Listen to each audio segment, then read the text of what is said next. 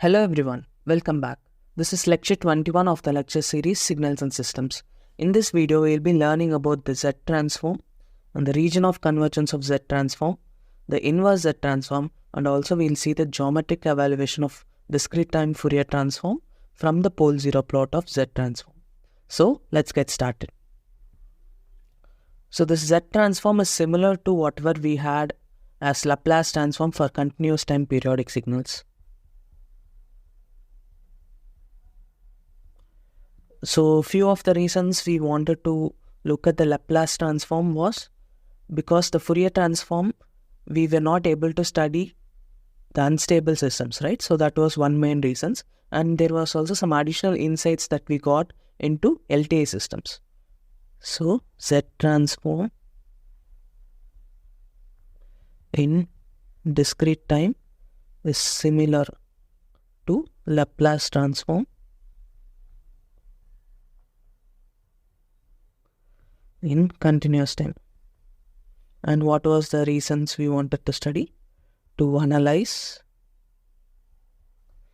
unstable systems as well, and in general the stability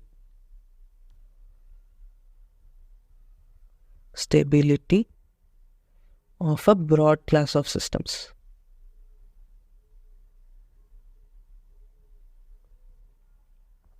And we also saw some insights into LTA systems. Right? Okay.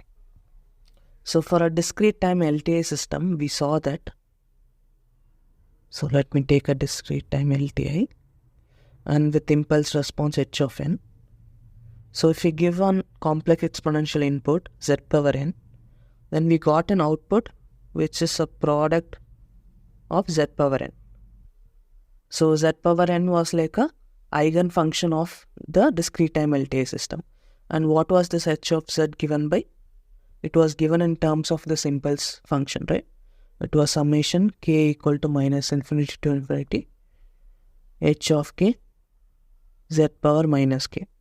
So in general, for any function x of z, I can write summation n equal to minus infinity to infinity x of n z power minus k. And I just replace k with n. So this equation is called as the Z transform equation. Z transform equation. And this x of z is called as the Z transform itself. Z transform of x of n.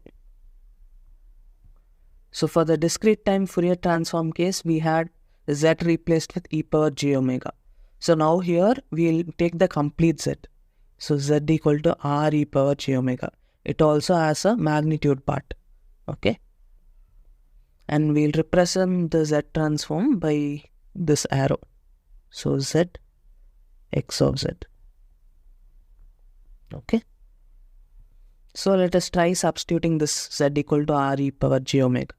So what will I get? I'll get x of r e power j omega is equal to summation n equal to minus infinity to infinity x of n r power minus, again this is n because we replaced k with n, r power minus n e power minus j omega n.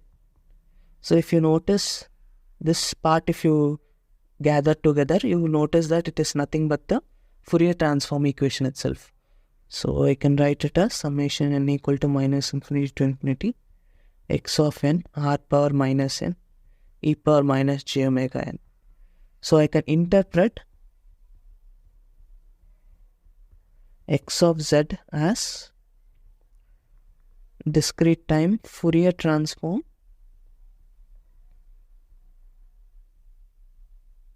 of x of n r power minus n. So this is one part where I see the Z transform as a Fourier transform of x of n e r power minus n. There is also other part. If I substitute z equal to e power j omega, then I'll get back the Fourier transform. Minus infinity to infinity x of n e power minus j omega n. So we can say that Fourier transform is nothing but Z transform evaluated at e power j omega. So Fourier transform. So when I say Fourier transform, it is always discrete time here. Is nothing but Z transform evaluated at Z equal to e power j omega. So let us look at the complex Z plane. So let me call it the complex Z plane. And here I have real of Z, imaginary of Z. So where do you think this Z equal to e power j omega lies? So if you see, your modulus of Z equal to e power j omega is nothing but 1. So it is nothing but the unit circle here, right? So if you consider r e power j omega, r is telling the magnitude from the origin, and e power j omega is saying the axis, right? The rotation. So here r is equal to 1, then you can call it as a unit circle. It will cross at 1 and minus 1, and top you will have j and minus j, right? And this magnitude itself is equal to 1. So mod z equal to 1. And this is called as the unit circle. And this will be the angle omega, and it is going from 0 to any amount of time. You can also see it is periodic with 2 pi, correct? As we expect for the discrete time Fourier transform. On the negative side also, it is periodic again with 2 pi. So in the Laplace transform, we had the imaginary axis of S, right? We had the S plane, and the Fourier transform, continuous time Fourier transform, was nothing but whatever we evaluated at the imaginary axis of the S plane. So here it is nothing but the unit circle. So that is the only difference here, okay? Because there we had j omega, and here we have e power j omega. That's why it is a unit circle. So let us see an example. Again, we'll consider a simple example. So x of n equal to a power n u of n. So you know your x of z is nothing but summation n equal to minus infinity to infinity x of n z power minus n. So this is nothing but summation n equal to minus infinity to infinity a power n u of n z power minus n. And since you have u of n, your summation will go from 0 to infinity a of n z power minus n. So this is, you can also write it as summation n equal to 0 to infinity a z inverse whole power n. And this is sum of gp, right? And this will exist only if your mod a z inverse is less than 1, which means that your mod z should be greater than mod a, okay? So what will this turn out to be? Your a term is n equal to 0, which is nothing but 1, and your r a by 1 minus r. So r term is a z inverse. So this will be your z transform, 1 by 1 minus a z inverse, and you also have a condition for mod z. Mod z should be greater than mod a. So this part is what is called as the region of convergence.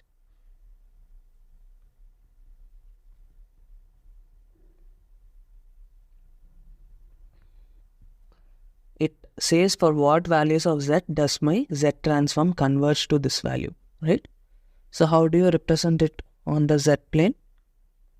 So you have real of z, imaginary of z, and let's say you have the unit circle, and let me take my a is equal to 2, okay? So how will you denote it? So let us draw a circle with radius 2,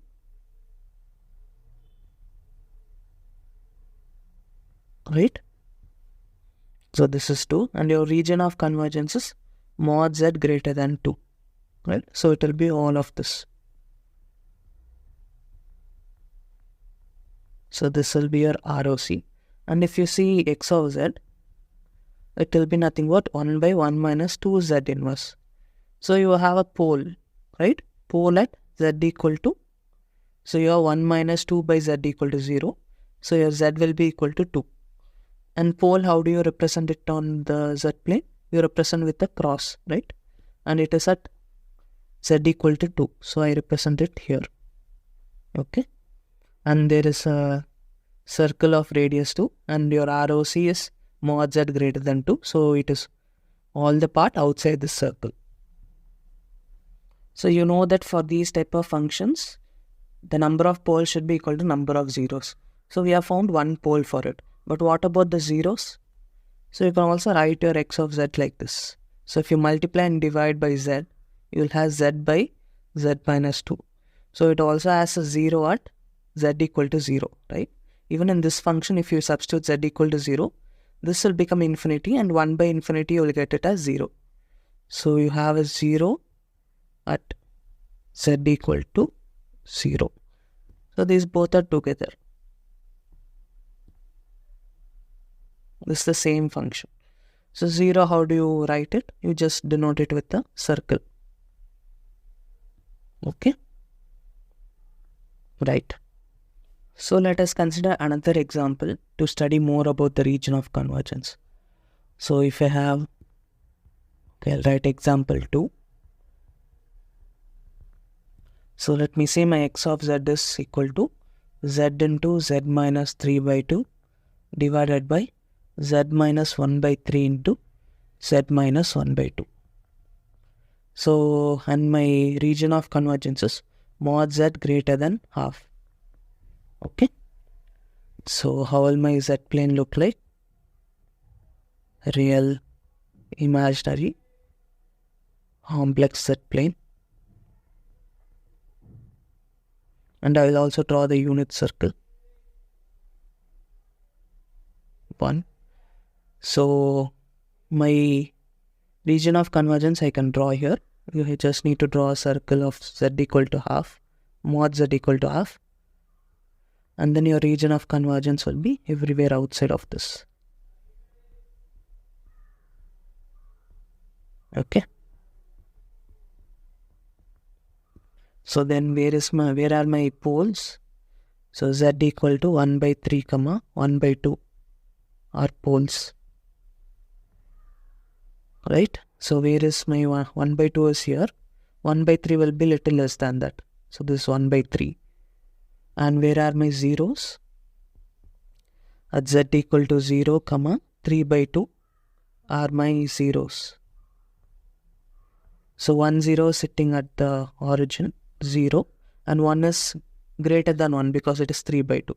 So I'll put it somewhere here. And it is represented by a circle. So this is 3 by 2. Okay. This is not a 0. I'm just denoting that it is origin. Okay. Now I'll just remove it. So this is how you plot the ROC and the region of convergence on the complex Z plane. Okay. And also denote the poles and zeros. So now let us see some properties of this region of convergence. Properties of region of convergence, which is called as the ROC of the Z transform. So first property, we'll call it property 1.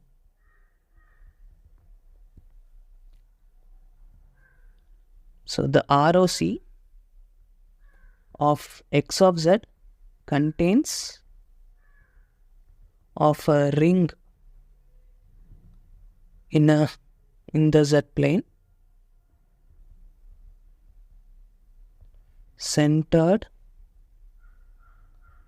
about the origin, right? So in the Laplace transform we had a plane, right? we had something like this. So the ROC is like a strip, correct? But here we have concentric circles around the origin, and your ROC is somewhere sitting here or extending to infinity or constricted within the ring, right? Like a disc shape. And why is this true? So if you again look at your Z transform, so you have summation n equal to minus infinity to infinity x of n z power minus n, and z you can write it as r power minus n e power minus j omega n. And for this to be less than infinity, right? Finite. What you want the right side to be? Summation n equal to minus infinity to infinity mod x of n r power minus n e power minus j omega n should be less than infinity. This also implies that your summation n equal to minus infinity to infinity mod x of n r power minus n should be less than infinity. So the convergence of the Z transform depends on your R, right? And R is nothing but your mod Z. So convergence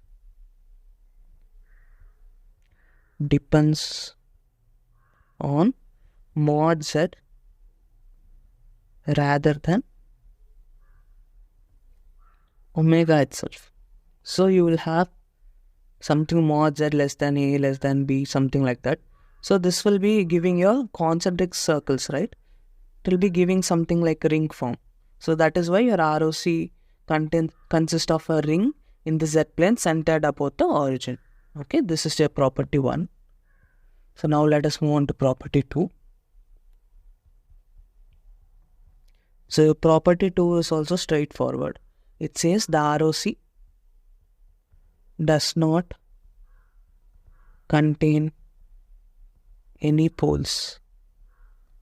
So why this is needed? If there is any pole present in the ROC, or Z or x of Z will tend to infinite, correct?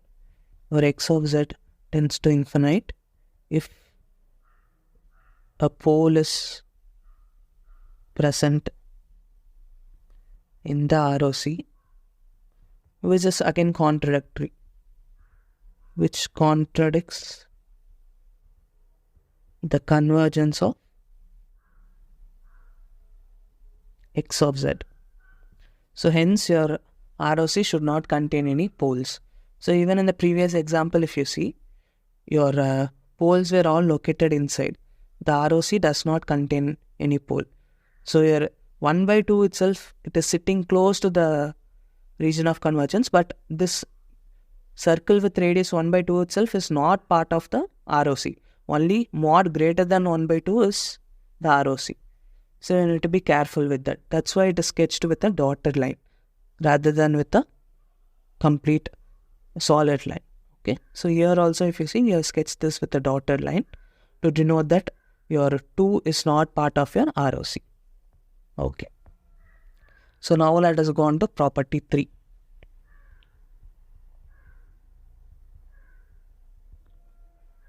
So property 3 states if x of n is of finite duration,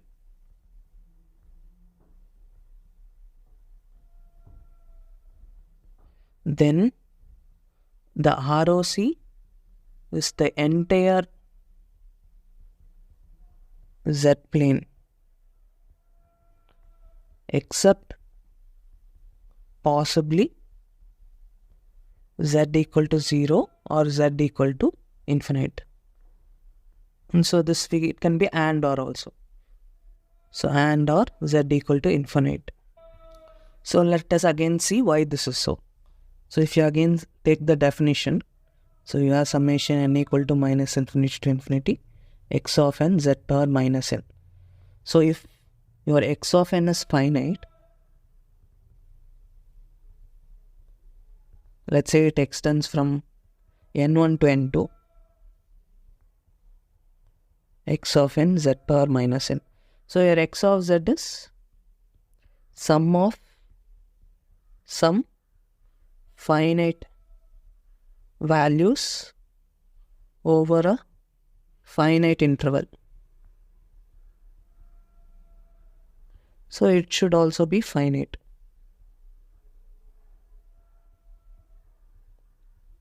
So except for one condition, your z power minus n should be finite.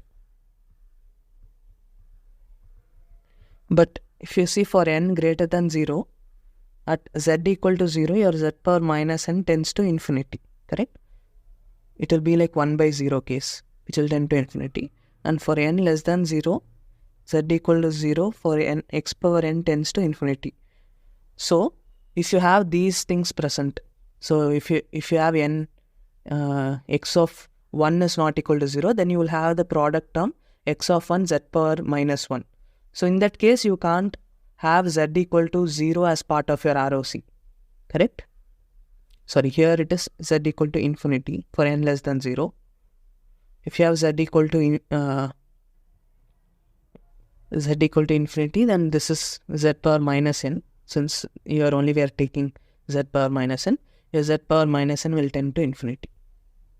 So for this example is, if you have n equal to minus 1, which is non-zero here, then you will have a term of z power 1, right? Z power minus of minus 1. So in that case, if you substitute z equal to infinity, that single term itself will tend to infinity. So our x of z also will be infinite. So to avoid those two possible cases, in some cases you may have to avoid z equal to 0. In some cases z equal to infinity. In some cases, both you have to avoid, right? For example, if x of n not equal to 0 for n greater than 0, your z power minus n you should avoid tending to infinity, which means that your z should be not equal to 0, correct? It should not be part of the ROC. Similarly, for x of n not equal to 0 for n less than 0, your z power minus n you should avoid tending to infinity. So for this case, your z should not be equal to infinite. Okay, so this is like a causal signal, right? And for causal signal, your z equal to 0 will not be part of your ROC, and this is like anti-causal signal. And in that case, your z equal to infinity will not be part of your ROC. So if a signal has both of these, then definitely both of these points will not be included in the ROC. So if x of n equal to 0 for n less than 0 and n greater than 0, and it's just a simple only at n equal to 0 it has a value, then both 0 and infinity can be included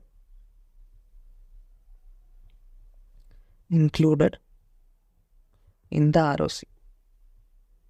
Why? Because it is going to be staying finite, right? Your x of z is going to be staying finite.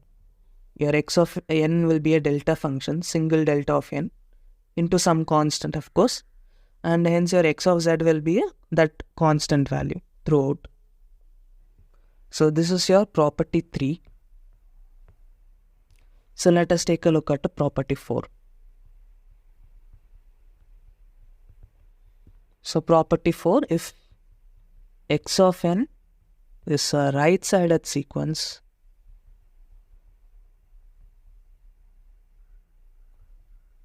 and if the circle mod z equal to R0 is in the ROC, then all finite values of z for which mod z greater than R0 will also be in the ROC. So we'll see why this is so. So first we'll consider a right-sided sequence x of n. So let's say it starts from somewhere. This needn't be origin. So this is your x of n. Or let's call it mod x of n. This is n and it tends to infinity. Let's say it starts from some n1. And you have your, what do you have? You have, let's say, R0 power n. So this also, it will have something like this. Right. So this is R0 power minus n, okay? And I'm taking R0 greater than 1. Okay. So now I'll consider some R1 greater than R0 and I'll plot R1 power minus n.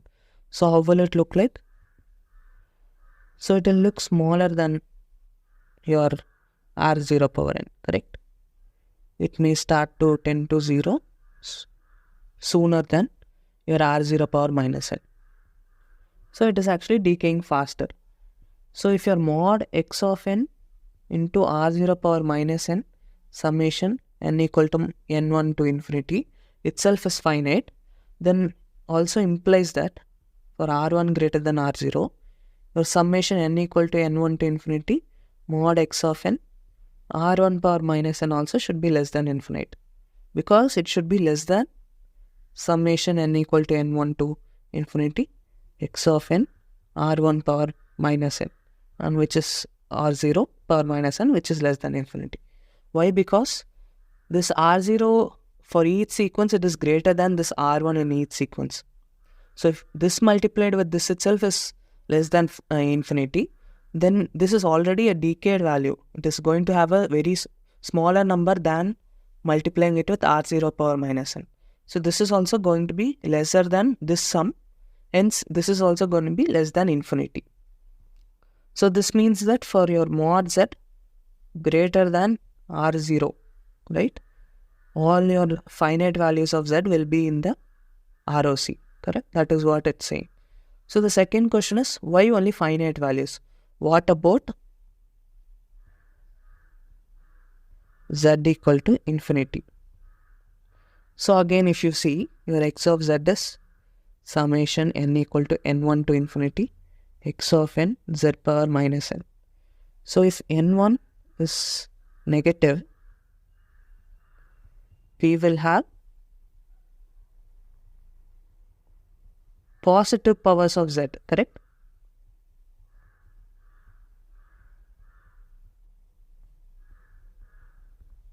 So if you have positive powers of z, if you also have z equal to infinity, then your x of z itself will have a infinite term in this, and it will also be equal to infinity. So we don't want this. So z equal to infinity will not be part of ROC. So that is why that constraint that all your finite values of z will be in the ROC. So infinity, you have to exclusively check whether n1 is negative or positive. If n1 is positive, then so n1 is positive, then your z equal to infinity will be part of your ROC. Okay. So now let us see property 5.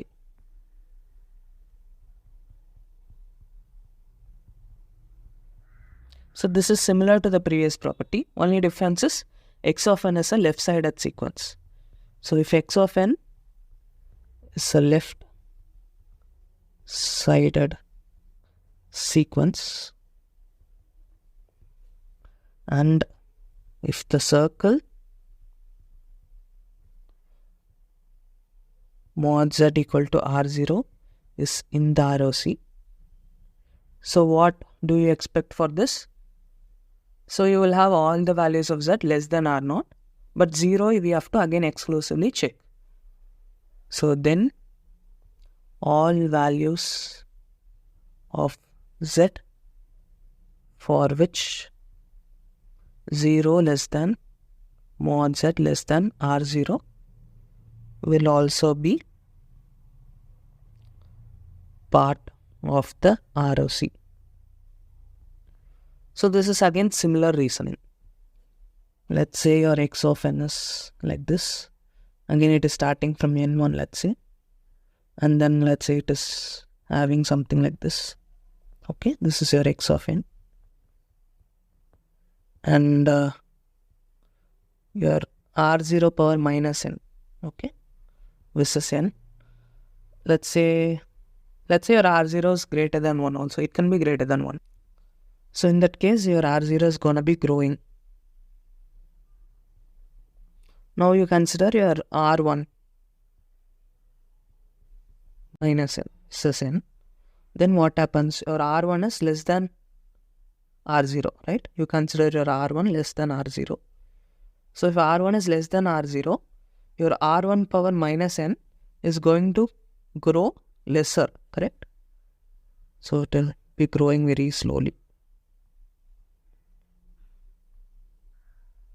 So if you see in continuous time, how will they look like?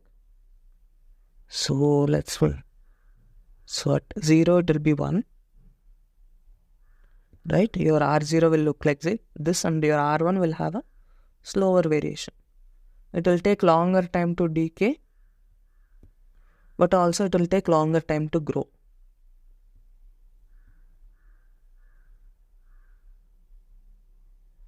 Okay, something like this.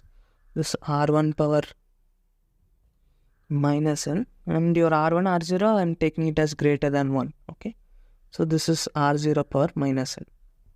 So again, by same reasoning, if your mod x of n, R1 power minus n, summation n equal to, so this will be minus infinity to n1. So this will be less than your summation n equal to minus infinity to n1, x of n, R0 power minus n, which is less than infinite.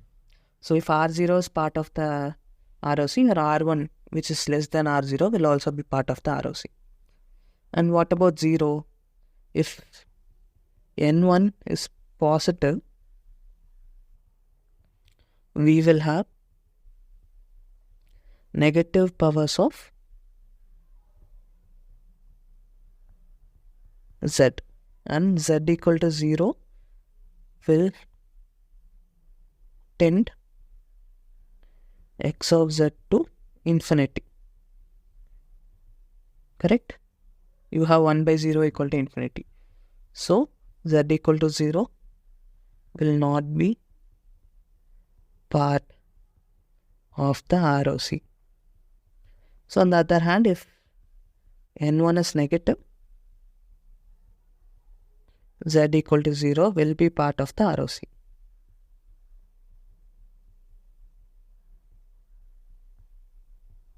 So next let us look at the property 6. So which is for a two-sided signal.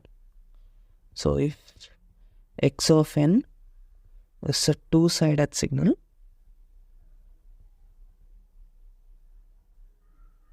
and if the circle mod z equal to R0 is in the ROC,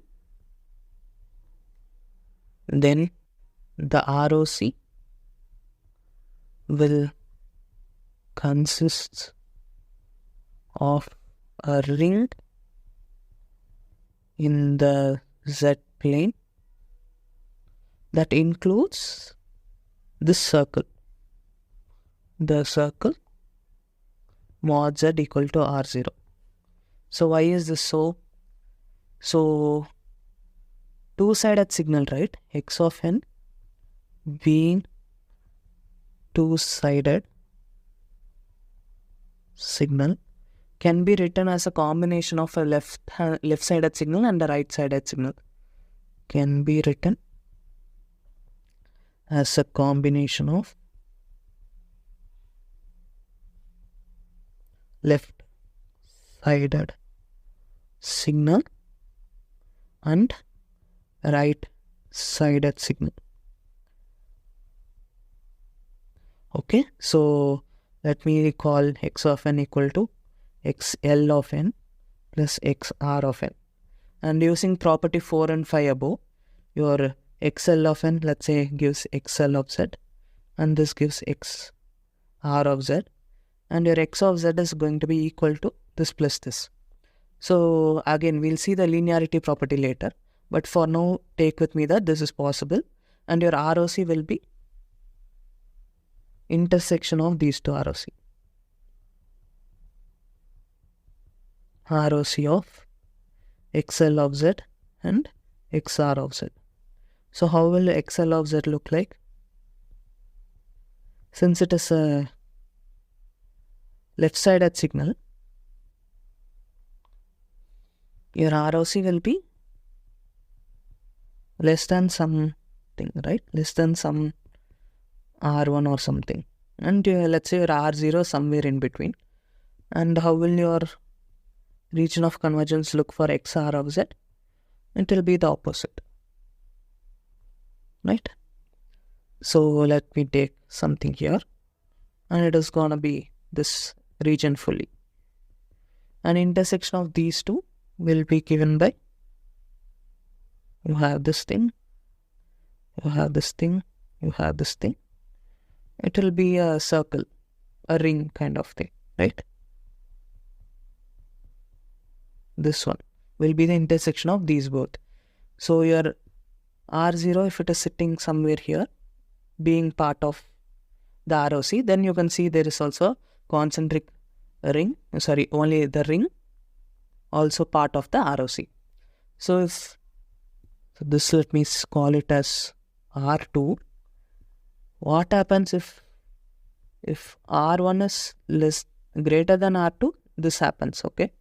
If R1 is less than R2, then there is no overlap. And your Z transform will not exist. Does not exist or converge. Okay. So this is your property 6. So then we'll see your property 7.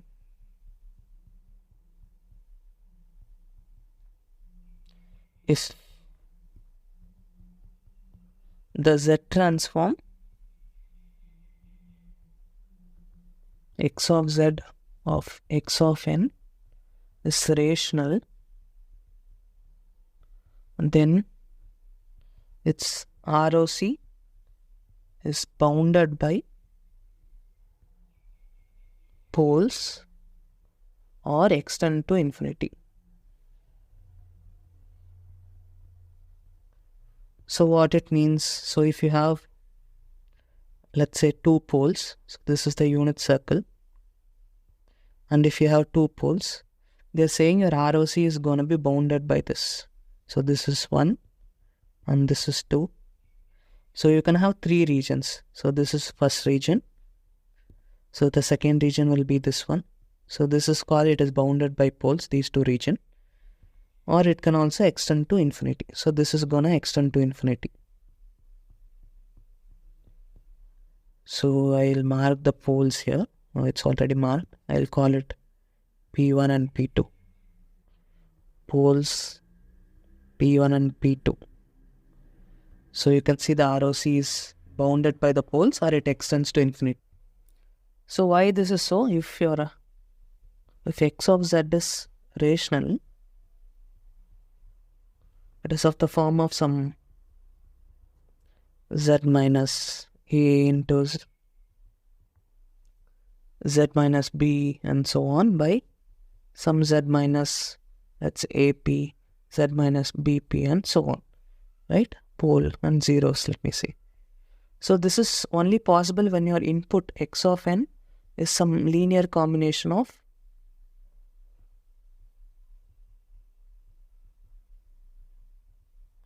exponentials.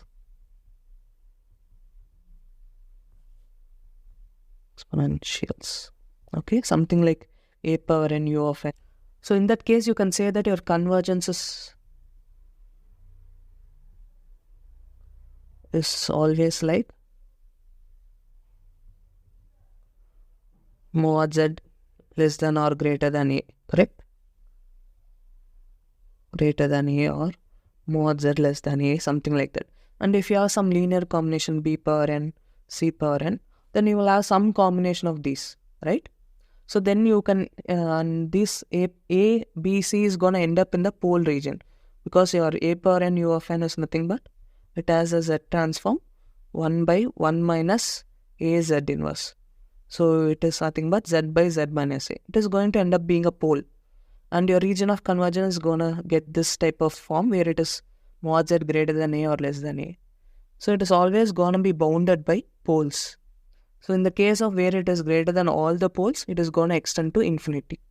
And there is also possibility where it is greater than one pole but less than the other pole, and it is going to end up being in between. Okay. So again, if you haven't seen where you get this case mod z less than a, so consider this. So my a power n, so minus a power n, u of minus n minus 1. So if your x of n is this signal, then what will your x of z be? It will be summation n equal to minus infinity to infinity minus a power n, u of minus n minus 1, z power minus n. So minus n minus 1 greater than 0 implies that your n is less than minus 1. So you will have summation n equal to minus infinity to minus 1 minus a power n z power minus n. So this one, if you replace n with minus n, you will get summation n equal to 1 to infinity, you have minus sign, a power minus n z power n. So for this sum to be valid, your a inverse z mod should be less than 1, which implies that your mod z is less than a. So this is how you get this thing. And let's just evaluate this. So you will have a power minus 1 z divided by 1 minus a power minus 1 into z. So if I just multiply by a on top and bottom, so what will I get? I'll get minus z by a minus z, which is nothing but z by z minus a. So this both are same. So for this function and this function, you have a region of convergence given by mod z greater than a and mod z less than a. Okay. So likewise you can have it for any a, right? So then you can get bound between two poles or bound inside within a pole itself. Okay. So this is property 7.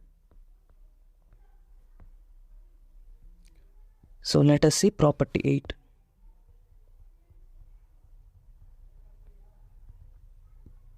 So this is again derived from the previous properties only.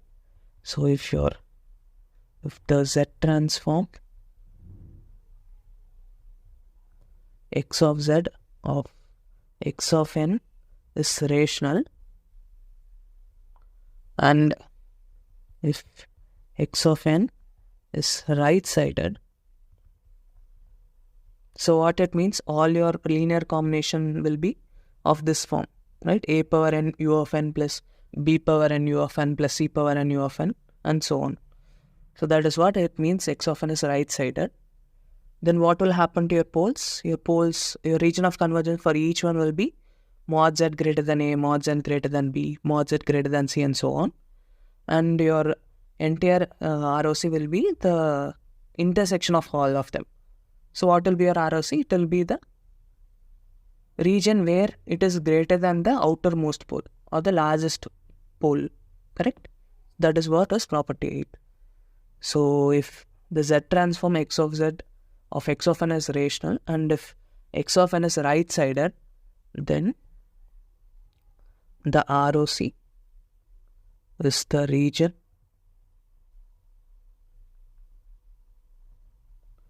in the Z plane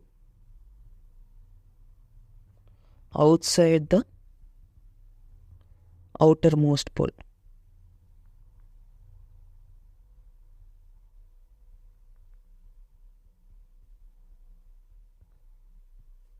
And furthermore,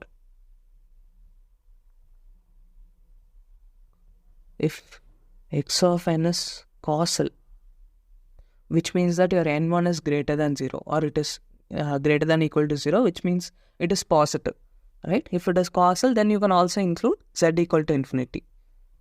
Then the ROC also includes z equal to infinity. So this is straight away follow up from the previous properties only, right? So I'll just write down. So x of n will be linear combinations of some form of a power n u of n, right? Plus dot dot dot. So all our ROCs will be of the form mod z greater than a, b, c, so on. And hence our ROC is the region mod z greater than the largest pole or the outermost pole. So, and then if it is causal, then it will include z equal to infinity. This you already know, because if it is not causal, then your n can be less than 0, which means n can be negative. Then you will have terms of z having a power of positive terms, right? Because your z transform has z power minus n. And if n is negative, you will have z power some positive quantity. So if you substitute z equal to infinity, then your x of z also will tend to infinity. So we don't want that. So in that case, only if x of n is causal, then your ROC will include z equal to infinity. And again, as I stated earlier, if you have some u of n1 and all, I stated it gets multiplied by e power z, but that is not the case, right? So your u of n minus a, some a power n minus a, or let's say just your x of n minus n naught, it is gonna give you x of z into some e power minus j omega n naught. So this is in the z transform, it is going to be z power minus n naught into x of z. So you will not get any e power z term at all. You will get only some z power n naught or minus n naught. And if you multiply this with whatever is there, z minus 1, z minus 2, it is still gonna be rational, right? So time shifting will not affect the rationality of x of z. So that's why your x of n can be causal or cannot be causal for the rational function. But in the time domain case, you had e power minus s term, correct? Minus st naught term for your time shifting. So then if you have time shift in the continuous time case, then it is gonna affect your rationality, contrary to the continuous time case. Okay. So next let us look at the last property. So it will be property 9. So this is same case for a left-sided signal. So what you will have, if z transform x of z of x of n is rational, and if x of n is left-sided, then the ROC is the region in the z plane inside the innermost pole. So we can also say innermost non-zero pole.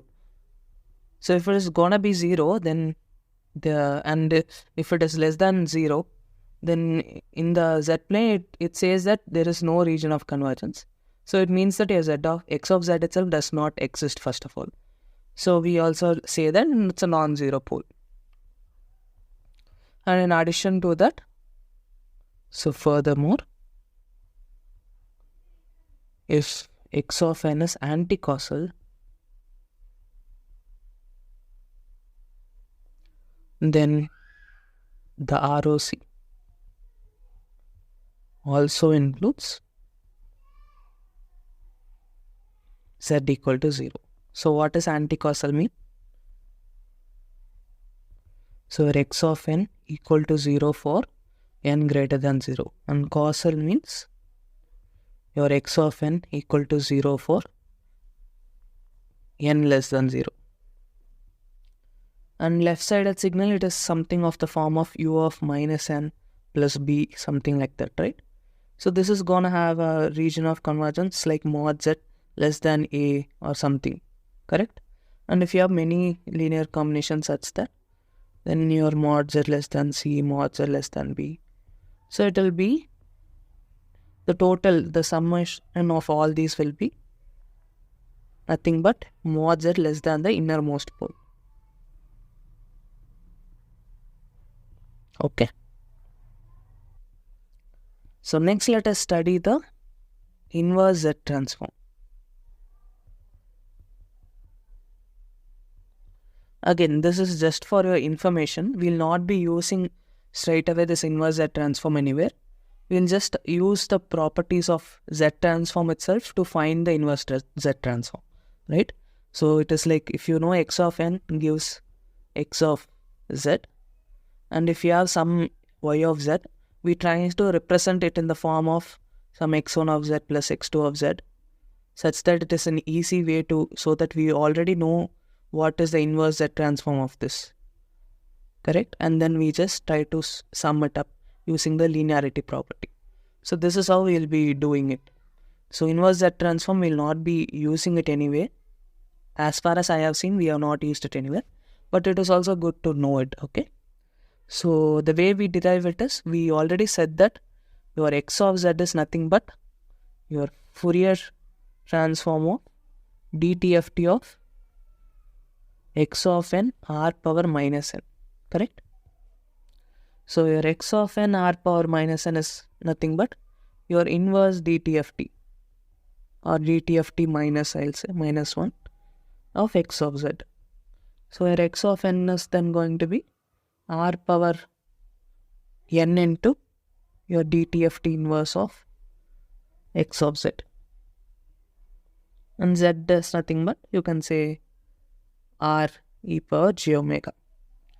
So now you know the dTft inverse relation, correct? So x of nothing but r power n into 1 over 2 pi integral over 2 pi x of r e power j omega e power j omega n d omega, correct? So r power n, you can take it inside, it does not depend on omega. So you will get 1 by 2 pi integral 2 pi x of r e power j omega into r e power j omega whole power n d omega. So I will replace my omega with z given by r e power j omega. So if I take a derivative, I will get dz is equal to r into j into e power j omega d omega. So again, this is nothing but j into r e power j omega into d omega. This is going to be equal to z d omega. So I'll bring all the z terms to one side. I'll get z inverse dz equal to j d omega. So now I'll substitute, or I will just want to substitute d omega, right? I'll put j here. So my x of n is equal to 1 over 2 pi j integral over. So my omega going from 0 to 2 pi, or any interval of 2 pi,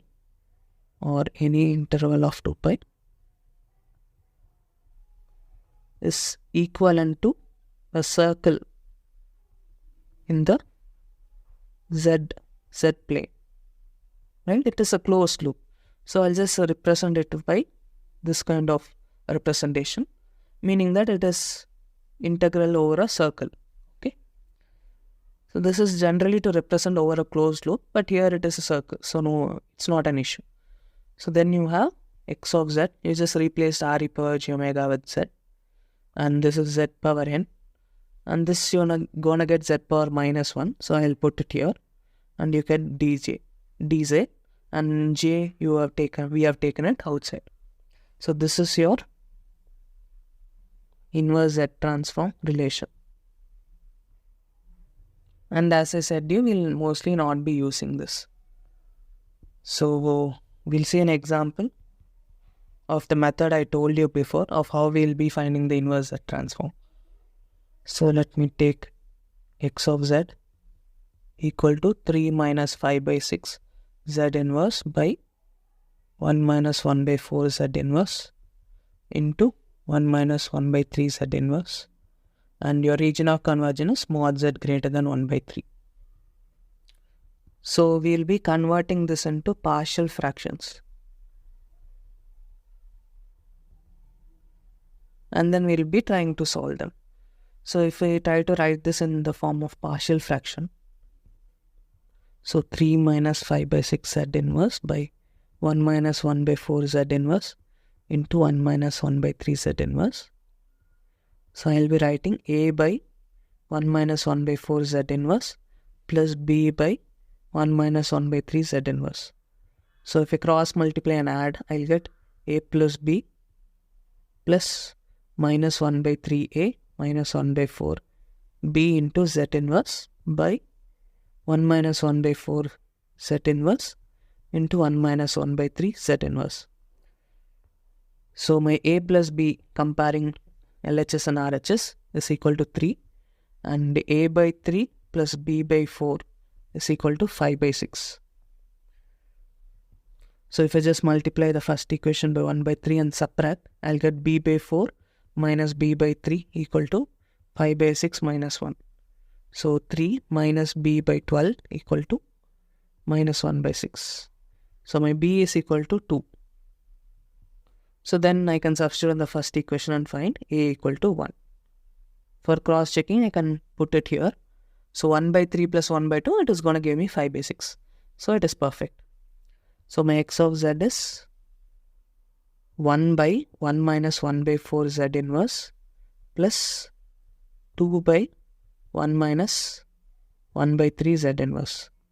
So this, if I take inverse z transform, this is gonna give me, and you should also consider your ROC, your mod z greater than 1 by 3, which means that for each of these, it should be mod z greater than 1 by 3, and here also mod z greater than 1 by 4. It can't be less than this, then there will be no overlap, correct? So if you can visualize the z plane. Okay. So this is nothing but your 1 by 4 power n u of n plus 2 into 1 by 3 power n u of n. So this is your x of n. So I'll also be discussing some other ways of finding the inverse z transform in my next video.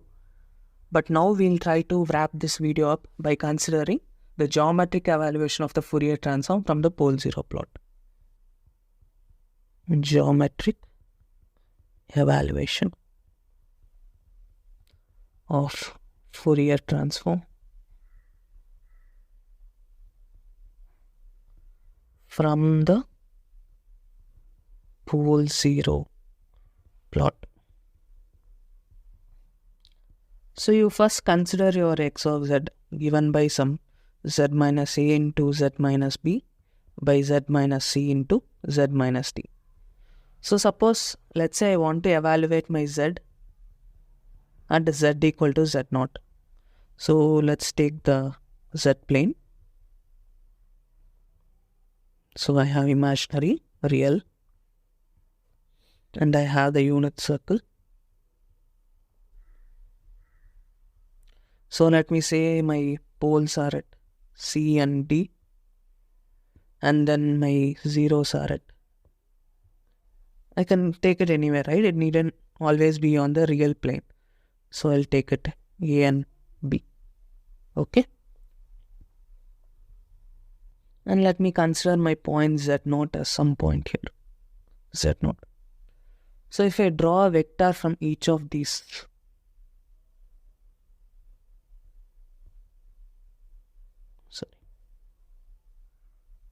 and I call them Ra e power j theta a and Rb e power j theta b and Rc e power j theta c, Rd e power j theta d. So my z0 minus a will be equal to Ra e power j theta a, and similarly until my z0 minus d equal to Rd e power j theta d. So my x of z I can write it as Ra e power j theta a plus into Rb e power j theta b by Rc e power j theta c into Rd e power j theta d. So this is nothing but Ra Rb by Rc Rd e power j into theta a plus theta b minus theta c minus theta d. So how it looks like? So your x of z0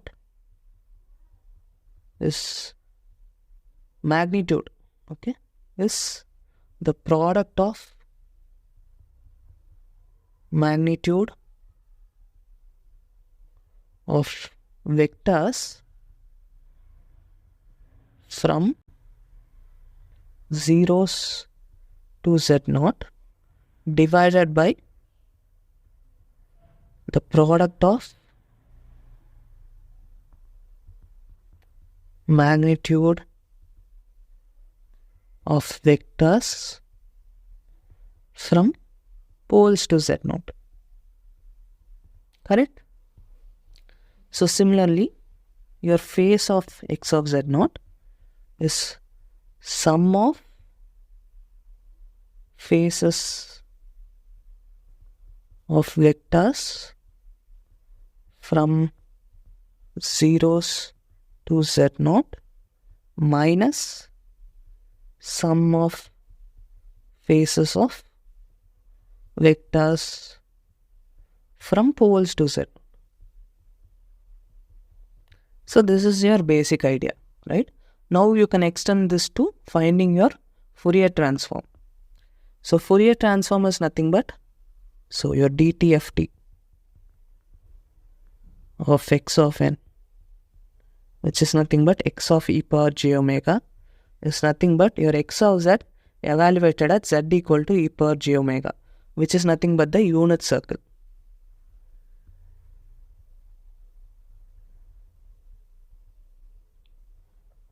So you take any point here with omega naught, okay?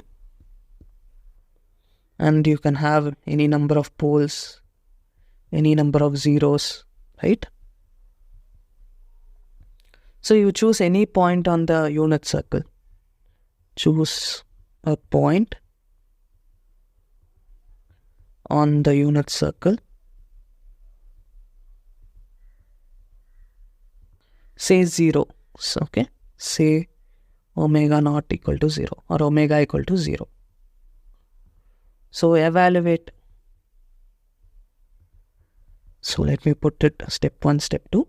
Evaluate your x of z at, or x of, so x of e power, sorry, z equal to e power j omega at omega equal to 0. So you know how to evaluate that, right? So you have to use this method.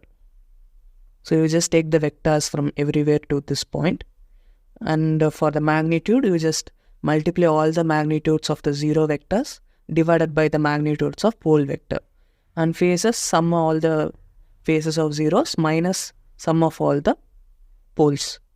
So using the above method.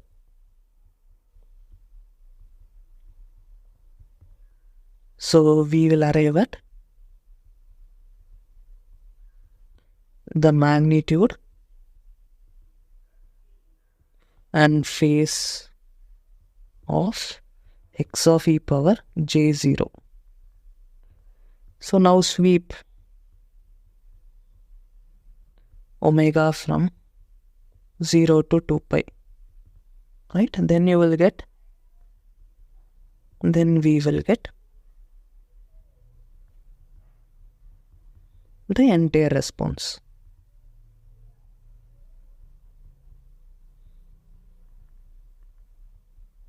X of e power j omega from 0 to 2 pi, and it is 2 pi periodic, so you can just repeat it. So it is gonna be the same, because it is a unit circle. It is gonna end up being in the same place after a circle of 2 pi or the angle of 2 pi, correct? So this is how you evaluate your Fourier transform from the pole 0 plot of your z-plane. So that's it for today, guys. So next video I'll also be discussing, as I said, the how to find the inverse Z transform without using the inverse Z transform equation. Okay. Then we'll be also discussing some properties of the Z transform, which also we saw today, some of the properties such as the linearity property. So we'll discuss them in detail, and we'll also see the analysis and characterization of LTI system, which is our main focus here. So okay guys, until then, take care. Bye bye, see you.